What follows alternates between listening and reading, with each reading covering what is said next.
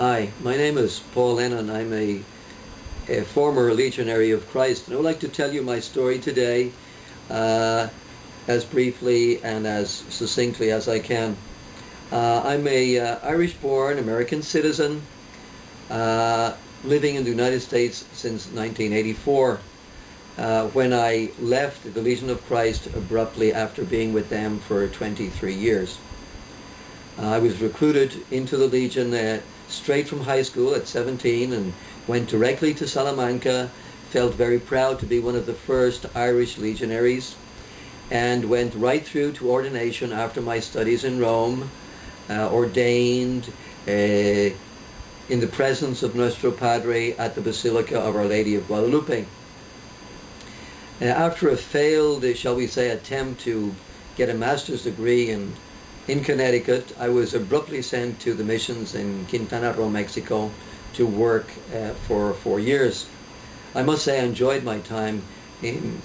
Mexico, where I worked as a pastor among the poorest of the poor, one might say. After that, Father Maciel, he was very pleased with my work and decided to promote me and made me the director and founder of the School of Faith, which is a religious education institute which began in Mexico City and promptly spread to many states in Mexico, and also right now I think is almost worldwide.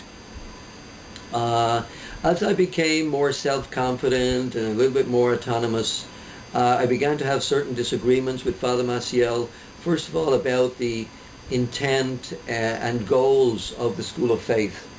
which I had envisioned as a church-wide organization and not just an instrument to recruit people for the Regnum Christi movement, which is, of course, the Legion's lay branch. These disagreements also were joined with my failing admiration for Father Maciel, as I saw how he mistreated other legionaries, including legionary superiors who dared to disagree with him in the slightest way. So my personal struggle and unease came to breaking point in Cotija, Michoacan, in October 1984, when I confronted Father Maciel and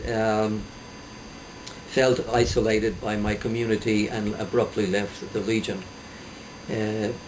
which provoked in me a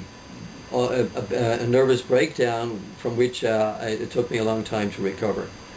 In my recovery, I was aided by other ex-legionaries, and we decided to band together to support each other, to talk about our experiences,